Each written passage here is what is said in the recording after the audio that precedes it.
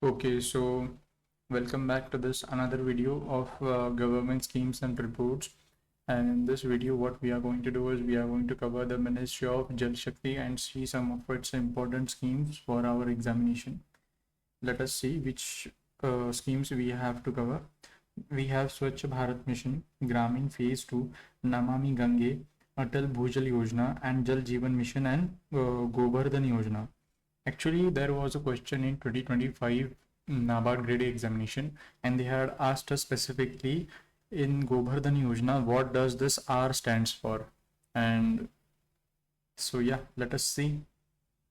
We have Swachh Bharat Mission, Gramin Phase 2 to sustain the open defecation free outcomes achieved under Phase 1 focuses on transitioning villages to ODF plus status by implementing solid and liquid waste management systems. Launch year is 2020 and outlay is 14,000 crores. Out of this, 52,000 crore will be allocated to the Ministry of Jal Shakti, while the remaining amount will be taken in Manrega and revenue generation models. Okay, key component ODF, open defecation plus components. ODF sustainability, solid waste management promotes compost pits, waste segregation units, and material recovery facilities. Okay. Then we have liquid waste management, focuses on soak pits, grey water treatment, and effective drainage systems. Visual cleanliness, encourage litter free. Okay, ODF plus categorization. Villages are classified as aspiring, rising, model, and verified models. Stages of ODF plus villages.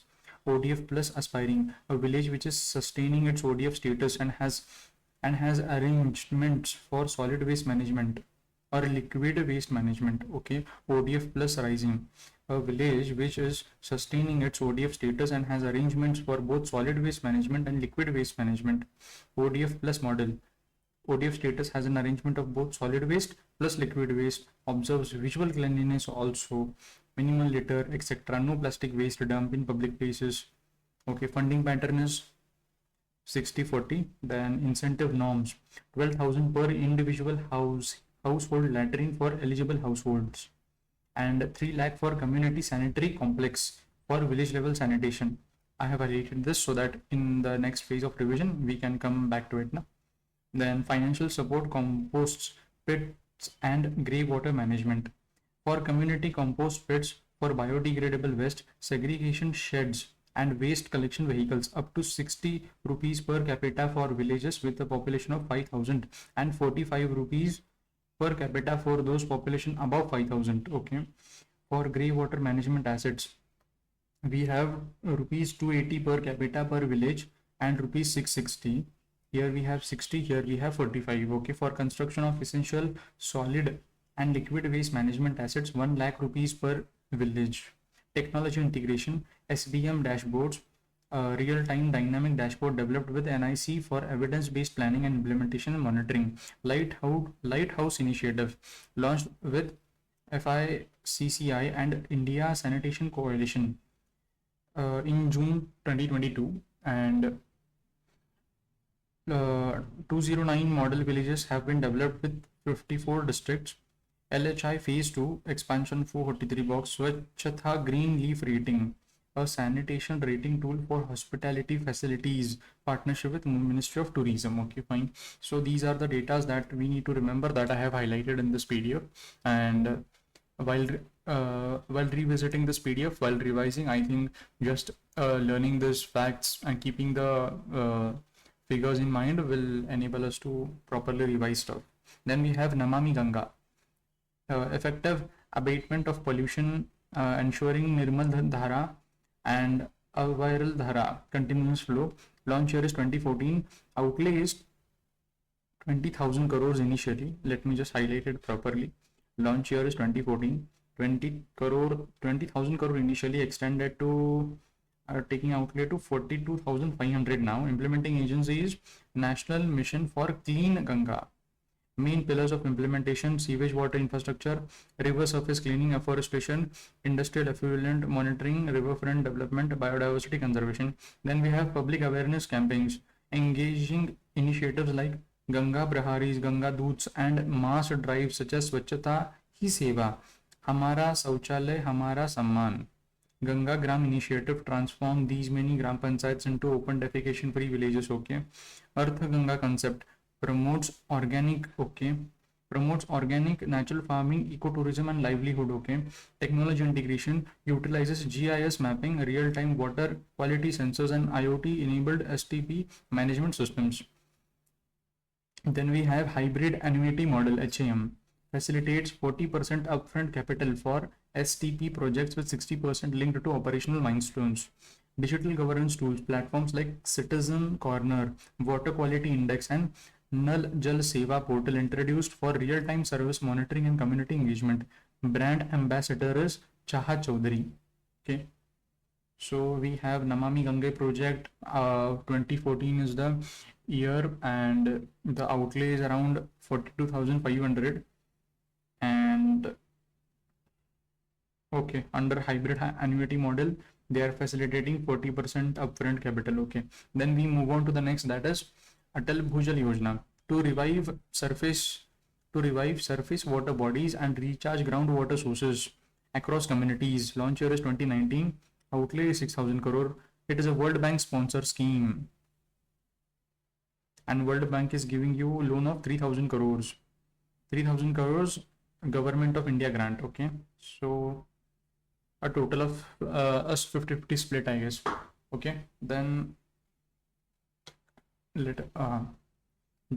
key elements: implementation across 229 water stressed blocks in 7 states: Gujarat, Haryana, Karnataka, Madhya Pradesh. Okay, components of the scheme: institutional strengthening and capacity building, 1,400 crores, enhances institutional frameworks.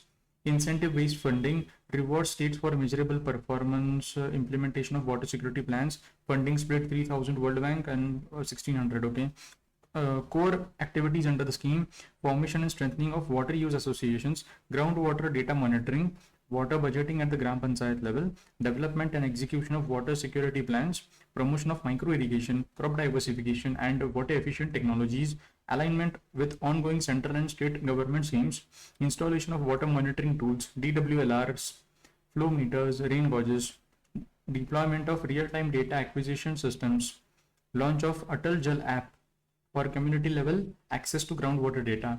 Then we have community engagement and inclusion, ensures at least 33% representation of women in WUA. Then we have extensive use of innovation, education and communication strategies for awareness. Okay, that was it, I guess. So is there any data to remember here? Yes, there is a data important here, that World Bank is a sponsor in the scheme Atal Bhujal Yojana to revive groundwater and surface water reservoirs. And I guess that was it for this one. And we have next one is Jal Jeevan Mission to ensure every rural household in India receives a functional household tap connection. Okay, so this has been, just a second. Okay, to ensure every household in India receives a functional household tap connection with 55 liters per capita per day of potable water. Okay, that is great. And this, and okay, so 55 liters here is the data to remember. Scheme launch in 2019. Outlay is 3.60 lakh crores. Outlay has been enhanced. Center's share is this, state's share is this, and center and state funding is 50-50. Okay, Jal Jeevan Mission. Okay. Village level planning and community engagement. Village action plans are prepared by Pani Samitis with minimum of 50% women representation. Okay, including members from SHGs, Ashas. Okay, promotes Jal Andolan by empowering communities with the planning, implementation and maintenance of water supply schemes. Then communities are expected to contribute 10% of the capital cost. This can be in the form of cash, kind or labor. Okay, let me highlight this. Communities are expected to contribute at least 10% of the capital cost. A reduced contribution of 5% applies to hilly areas. Okay, water quality assurance, establishment of village level water quality labs, 5 women per village trained using field test kits. Then technological integration, adoption of Internet of Things based sensors for real-time monitoring of water supply. Then geotagging of assets linked to Aadhaar for transparency, grey water management and source sustainability, promotion of rainwater harvesting, and aquifer recharge.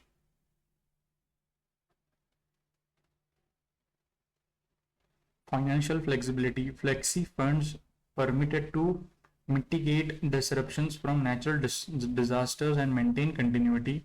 Rashtriya Jal Jeevan Kosh serves as a national fund to mobilize voluntary contributions and channel resources for Jal Jeevan Mission implementation.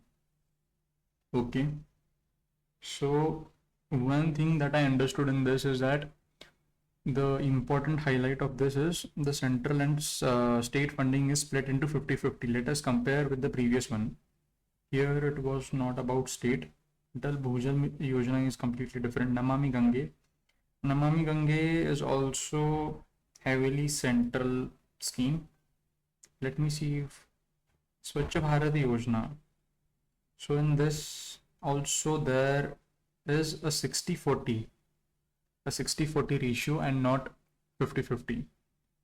So this scheme becomes a little bit different, and I think we should remember this, that in Jal Jeevan Mission, where our focus is to enhance tap water connection with 55 liters per capita per day with potable water. Here it is such a huge scheme, and to implement it with such a vast gravity, what we need is split between center and state with 50-50 costs. Just remember that, because that is something that we should keep in mind. Then I think this is the last one, that is Govardhan Yojana, to convert biodegradable waste including cow dung, crop residue into biogas, compressed biogas and organic manure, promote sustainable development, circular economy, enhances rural sanitation environmental outcomes. Launch year is 2018. A question has been asked in 2025 NABARD phase 1 examination. And expansion of CBG infrastructure, compressed biogas. Okay. Budget set a target of 200 new CBG plants. As of December 2024, 37 CBG plants are operational, 133 are in various developmental stages. Marked progress from 19 to 125.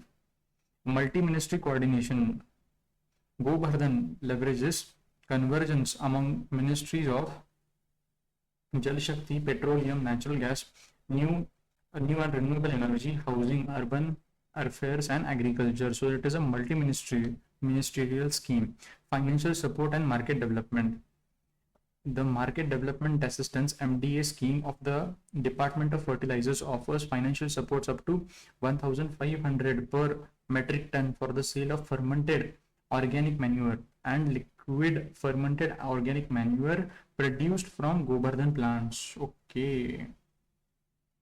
Financial supports of 1,500 per metric ton for the sale of fermented organic manure and liquid fermented organic manure. Approximately 13 crores have been dispersed so far. The Ministry of Petroleum and Natural Gas provides financial aid for pipeline infrastructure for CBG injection into the city gas networks. Assistance for biomass aggregation machinery procurement has resulted in sanctions totaling nearly 38 crores. Then Satat scheme. Ensures assured offtake of CBG by oil marketing companies at fixed prices. Tax and regulatory benefits. Excise duty exemption on CBG, CNG blends to eliminate double taxation. Waste to energy support. Central financial assistance up to 10 crores per bio-CNG plant. Okay, let me highlight the central assistance of 10 crore. Then agricultural sector integration. Bioslurry standardized under fertilizer control order. Agri infrastructure fund offers 3% interest subvention. Urban engagement.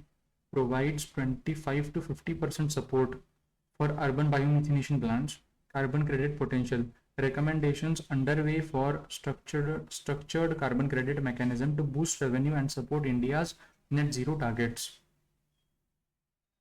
Okay.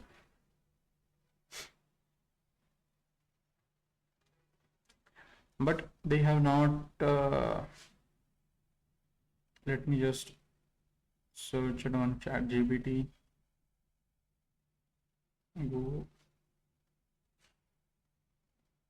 Govardhan scheme. What does R stand for? Something like this. The question was being asked, if I'm sure. R starts for resources. Galvanizing organic bio agro resources dhan. Acha, so this is the tagline. Let me copy it.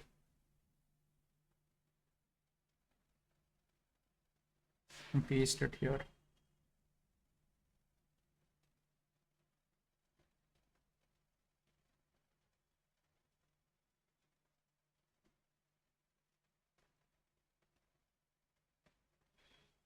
Okay. So what should I keep in mind? I should keep in mind the financial assistance of 1500 per metric ton, and I guess that will be sufficient, because such questions, I think in the actual examination it becomes quite difficult to recall exact long form of this and exact what does the R stands for here. It can be renewable, it can be anything, right? So yeah, so that was it in this Ministry of Jal Shakti. It is very much less compared to the other ministries, and I think it would be easy to revise as well. This is one of the ministries that we should keep in mind while studying the government schemes. And so yeah, that was it for this video, and if you like this video, please stay tuned. And so yeah, thank you.